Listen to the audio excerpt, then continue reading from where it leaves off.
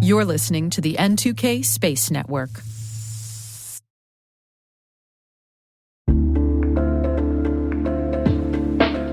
And now, a word from our sponsor, SpyCloud, the cybercrime analytics leader.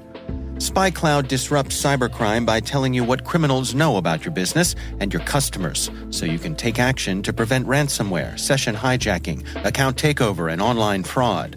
SpyCloud constantly recaptures and analyzes new data from the criminal underground, including credentials, session cookies, and PII siphoned from malware-infected devices. With knowledge of the specific exposed data criminals have in hand from InfoStealer malware on managed and unmanaged devices, security teams can respond with a more efficient and effective process called post-infection remediation that fits seamlessly into existing incident response frameworks. Get SpyCloud's post-infection remediation guide outlining the 7 steps for preventing a malware infection from becoming a full-blown ransomware incident. Visit spycloud.com/cyberwire. That's spycloud.com/cyberwire. And we thank SpyCloud for sponsoring our show.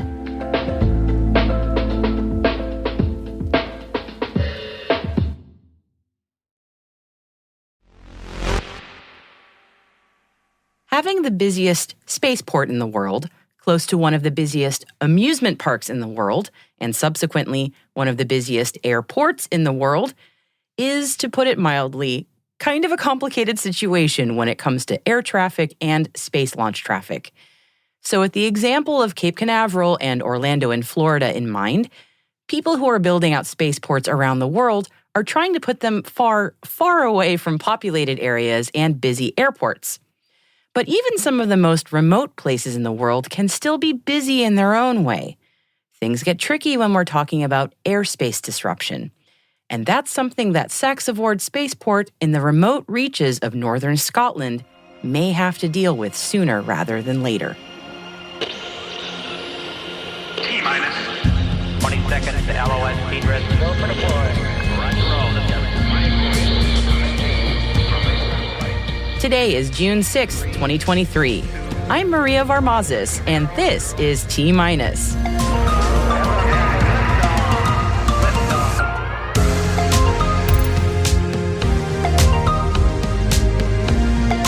Iceland asks SaxaVord to maybe tap the brakes. Excitement guaranteed for the space economy in Washington state. ISRO sets a launch date for Chandrayaan 3. And former NASA executive Tom Whitmeyer is joining Booz Allen as an executive advisor. We've got the story and an exclusive interview with Tom in today's show. He speaks with T-minus producer Alice Caruth on his career at NASA and how he'll be using that experience at Booz Allen. You don't want to miss it.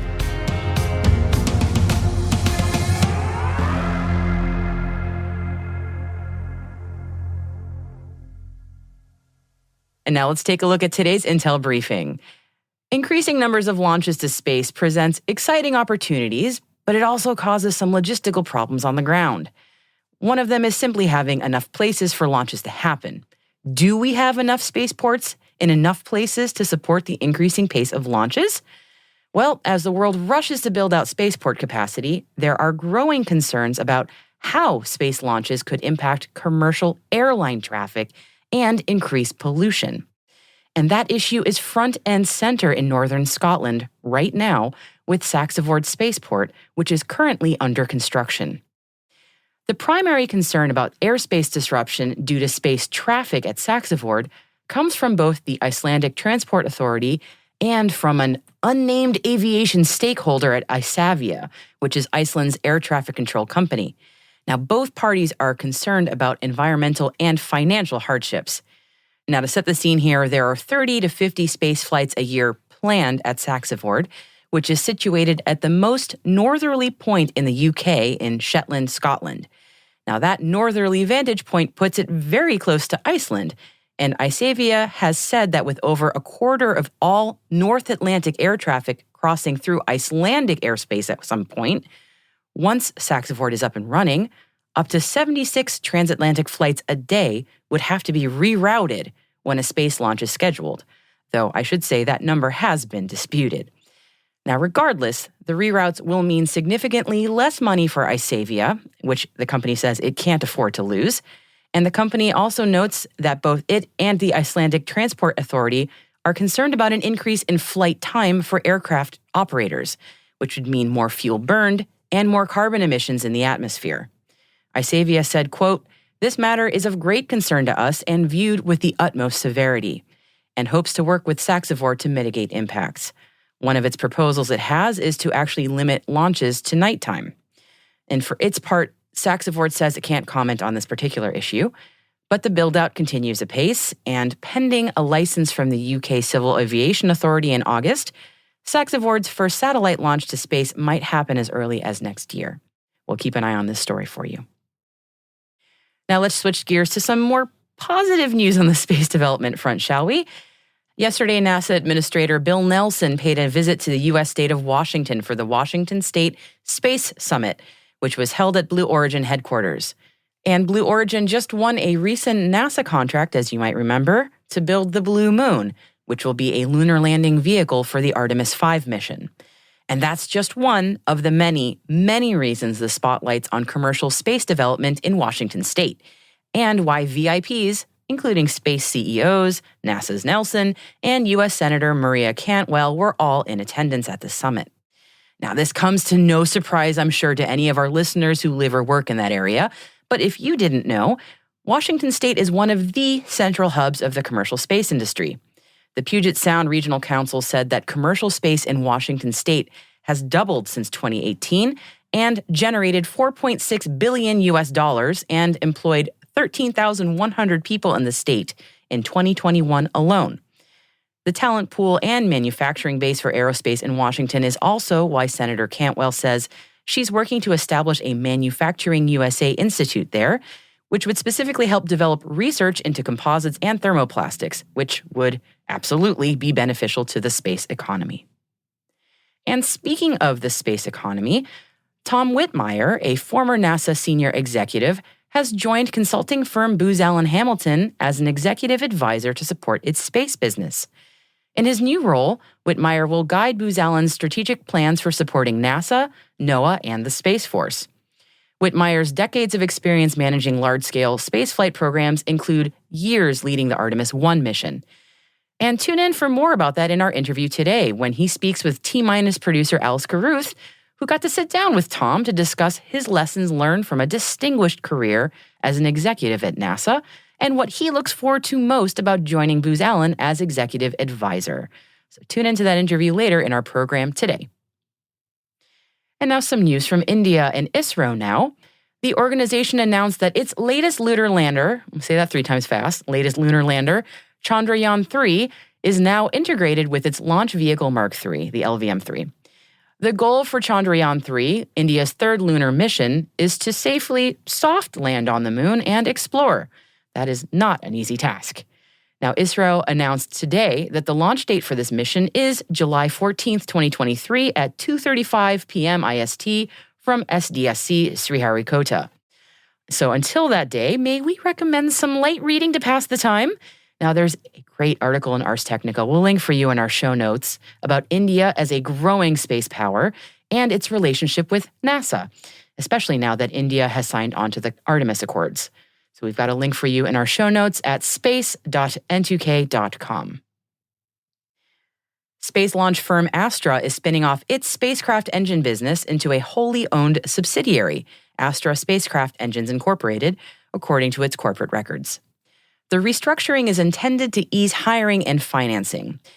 Now, U.S. launch firms operate under very strict export control rules known as International Traffic in Arms Regulations, or ITAR, making hiring non-U.S. talent a significant challenge. Subsidiary businesses fall under less stringent export administration regulations called EAR, simplifying international hiring. So in addition to making hiring a bit easier, this move also allows Astra to use the subsidiary as collateral for loans to bolster its launch business. And given Astra's depleting cash reserves, this flexibility could prove crucial to sustain operations. Astra's reserves are currently about half of their reserves from the first quarter of 2023. UK and EU negotiators have drafted a deal for UK's re-entry into the €95.5 billion Horizon Europe Research Programme and the Copernicus Earth Observation Programme. Talks restarted in March after a 2-year hiatus. Payment of backdated participation fees were dismissed, and UK's final contribution was negotiated on Tuesday, and UK's Prime Minister Rishi Sunak will decide on the deal ahead of meeting with European Commission President Ursula von der Leyen. If approved, the UK's re-entry is expected in January 2024. The Polish Space Agency has completed the acceptance phase for 3 observatories in Australia, Chile, and South Africa to monitor satellites and space debris. At a total ticket price of €7.6 million and co-financed by the European Commission and Poland, the observatories house high-speed telescopes capable of spotting small objects in various orbital zones. 2 additional observatories in Utah and Hawaii are also planned to enable global coverage. The ITU, or the International Telecommunication Union, has approved Rivada's plan to launch 600 satellites by 2028, supporting the creation of its Outer Net, a private global network for secure communications.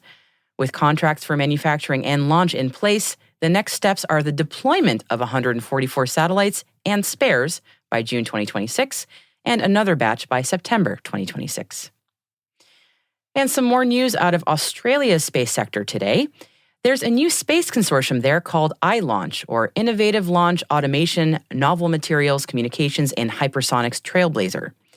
The goal of this new $180 million program is to train new generations of space professionals and propel Australian space research forward and translate it into practical advancements in the space economy.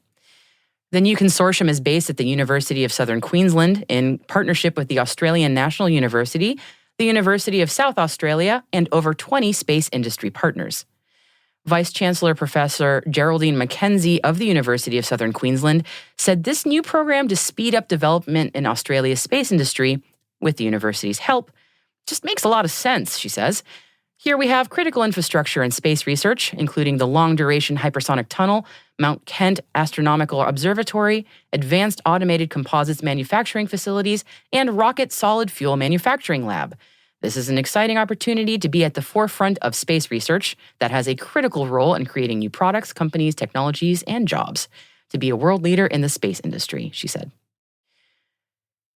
The National Geospatial Intelligence Agency issued an RFI for a data science platform, specifically seeking vendors capable of providing access to both commercial and unclassified government geospatial intelligence data. The agency's Economic and Security Division aims to access specific data sets from a common repository.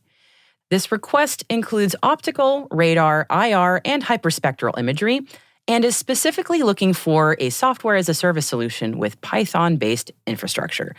For those interested, if that sounds like you, we've included a link to the solicitation in the show notes at space.n2k.com. Global mapping provider Impact Observatory today announced a partnership with Planet Labs to deliver near real-time land use monitoring.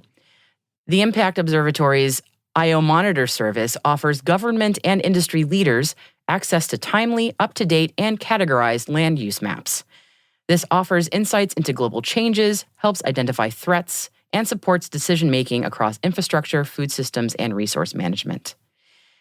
And speaking of Earth observation, Hawkeye 360, a provider of space-based radio frequency monitoring, received a contract from Australia to support the work of the Pacific Islands Forum Fisheries Agency against illegal fishing in the region. They will provide data, analytics, and training to detect illicit maritime activity, including activities undetectable by automatic identification systems, or AIS. Now, this commitment aligns with the Indo-Pacific Partnership for Maritime Domain Awareness, a Quad Nations initiative between the U.S., Australia, India, and Japan. Hawkeye 360 plans to expand its 21-satellite constellation, with 2 more clusters launching in 2023 to meet the growing Indo-Pacific demand. And in happy news, Ginny is back! After a 2-month communications blackout due to Mars's rugged terrain, NASA has reestablished contact with the Ingenuity Mars helicopter. The small drone has successfully completed 52 flights and is preparing for her 53rd. Welcome back, Ginny.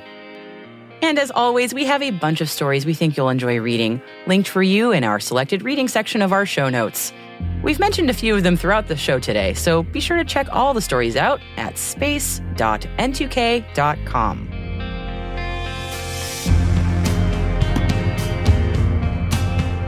Speaking of the briefing, that is it for our Intel briefing for today's show. And hey, T-Minus crew, if your business is looking to grow your voice in the industry, expand the reach of your thought leadership, or recruit talent, T-Minus can help. We'd like to hear from you. Just send us an email at space@n2k.com or send us a note through our website so we can connect about building a program to meet your goals.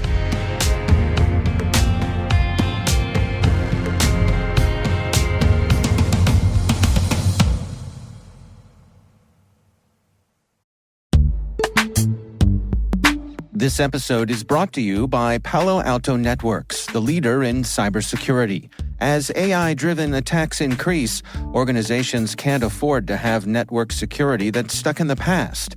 Discover how Palo Alto Networks can help you predict what's coming and proactively secure against it with a zero-trust, AI-powered network security platform built to secure whatever, whenever, wherever. To learn more, visit paloaltonetworks.com/network security platform.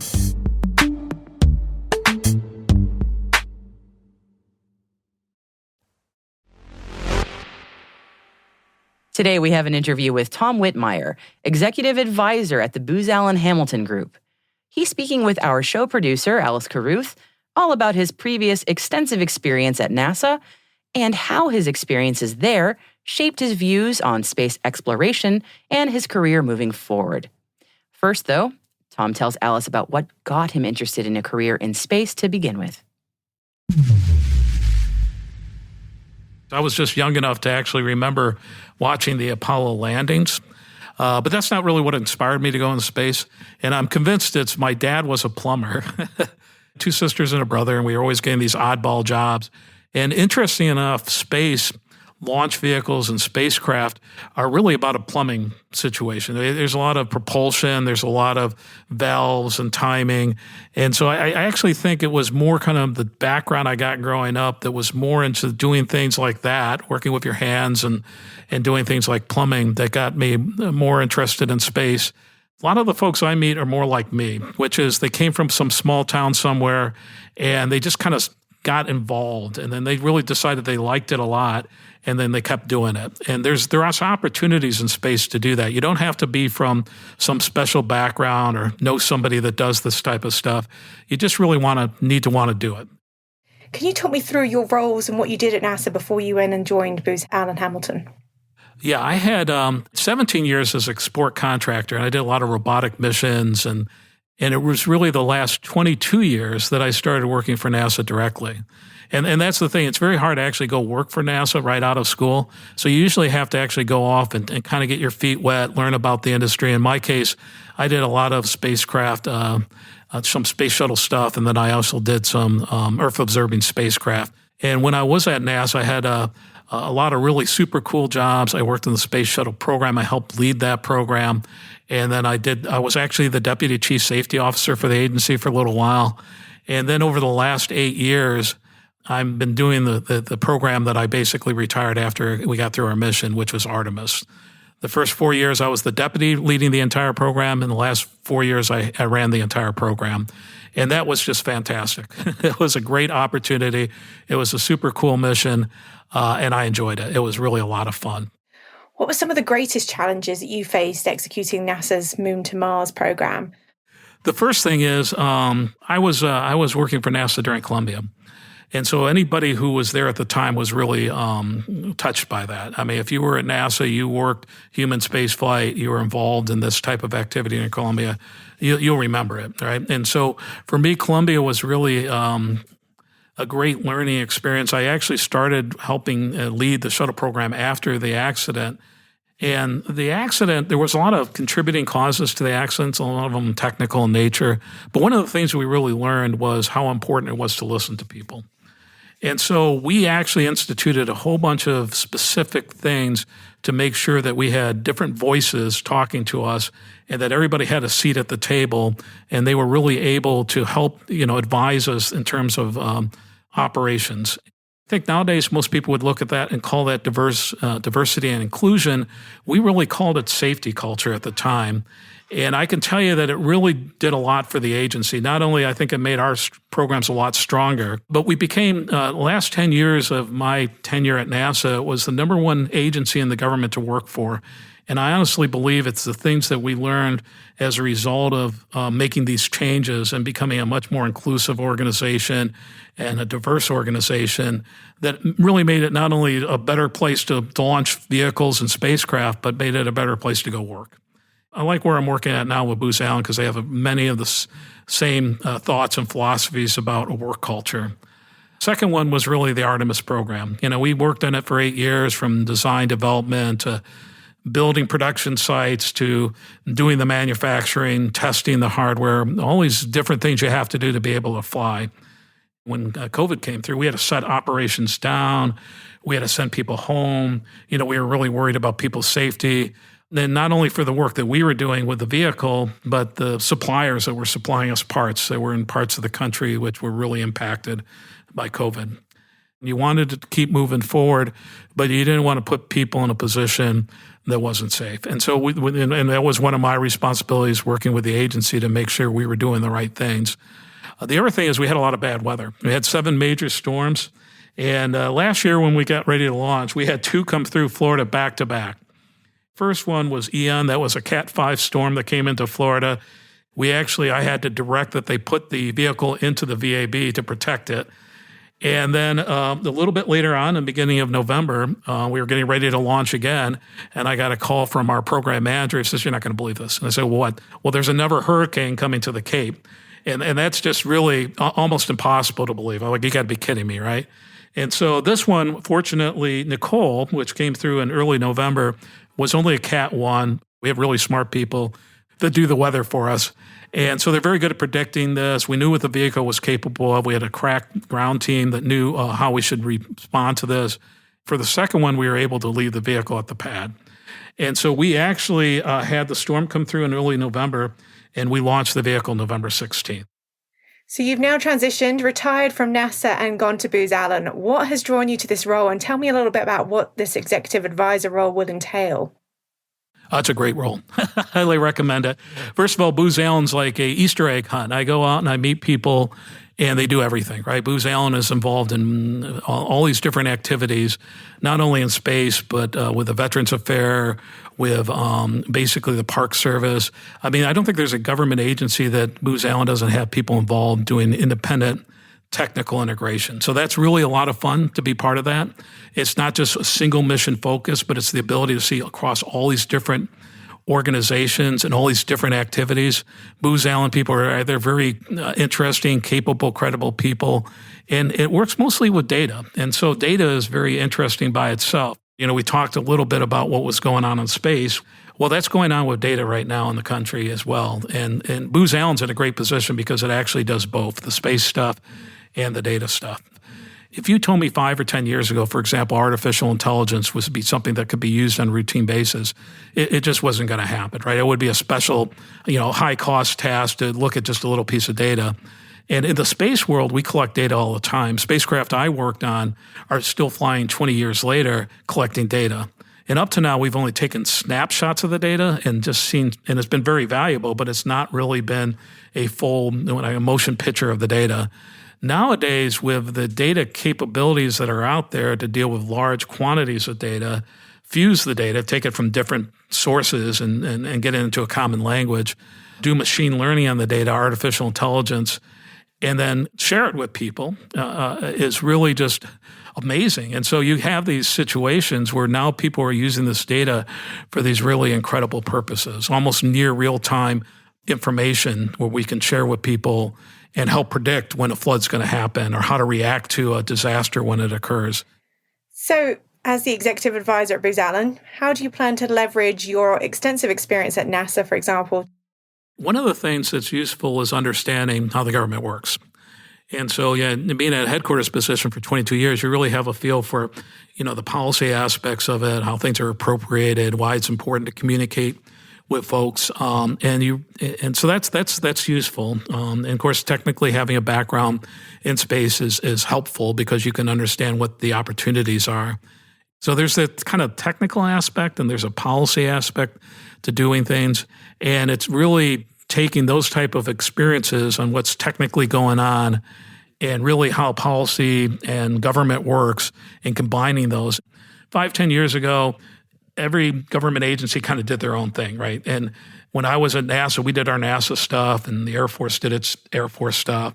And now all that stuff's kind of coming together. Everybody's worried about a congested space. It wasn't that congested 10 years ago. Everybody's worried about the strategic value of space, both nationally and internationally. Everybody understands the economic potential for space.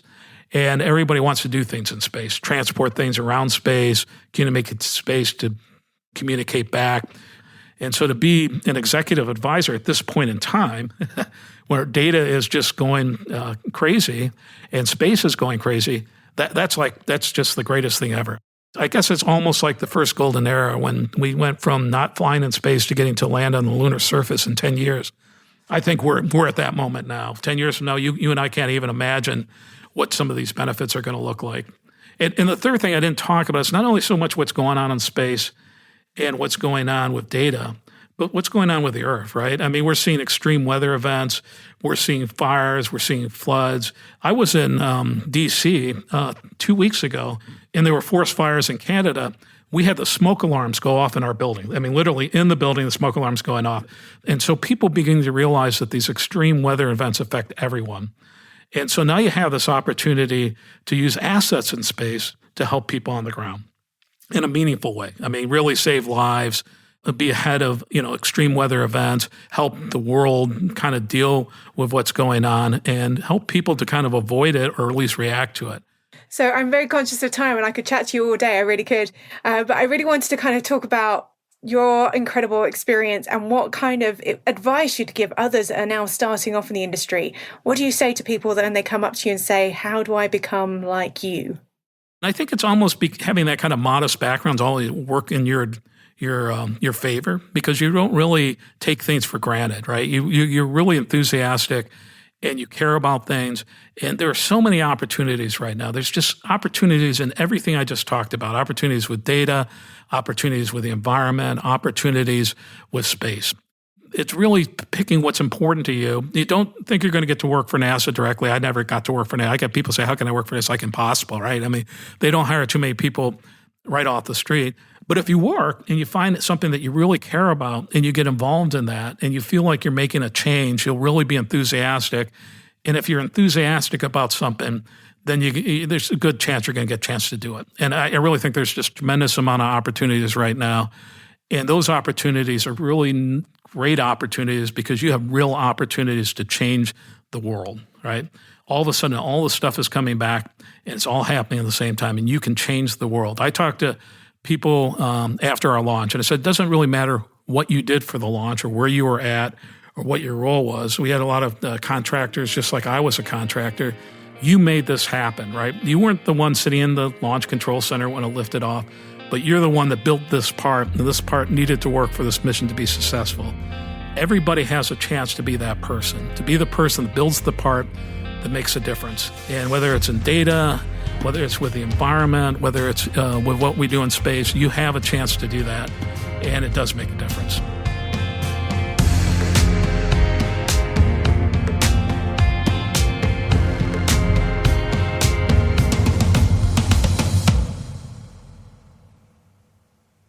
We'll be right back.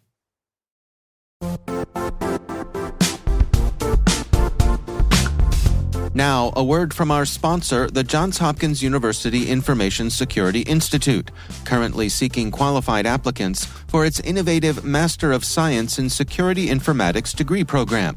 Study alongside world-class interdisciplinary experts and gain unparalleled educational, research, and professional experience in information security and assurance. Interested U.S. citizens should consider the National Science Foundation's CyberCore Scholarship for Service program, which covers tuition and a $6,000 annual professional development allowance, as well as providing a $37,000 additional annual stipend. Apply for the scholarship and the fall semester by March 1st. Learn more at cs.jhu.edu/MSSI.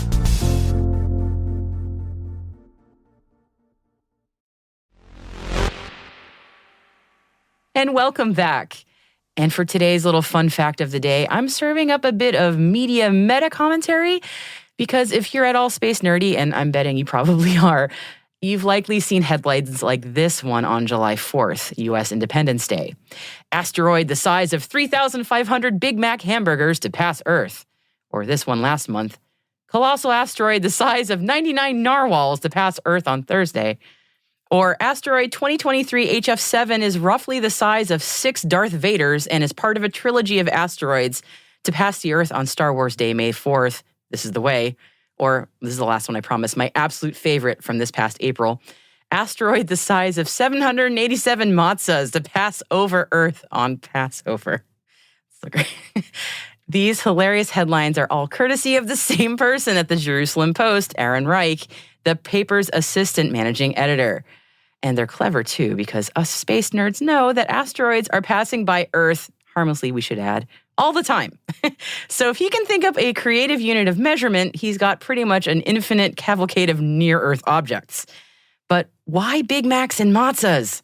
So Aaron answered that question in an interview with the Jewish Standard, and he said this: the real issue is that numbers can just be confusing for some readers. A measure of comparison can often illustrate things a lot better than simply saying a standard measurement.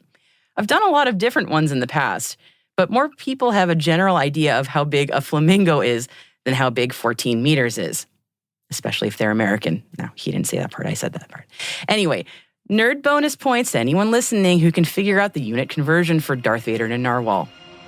space@n2k.com. I'm serious. My inbox is open.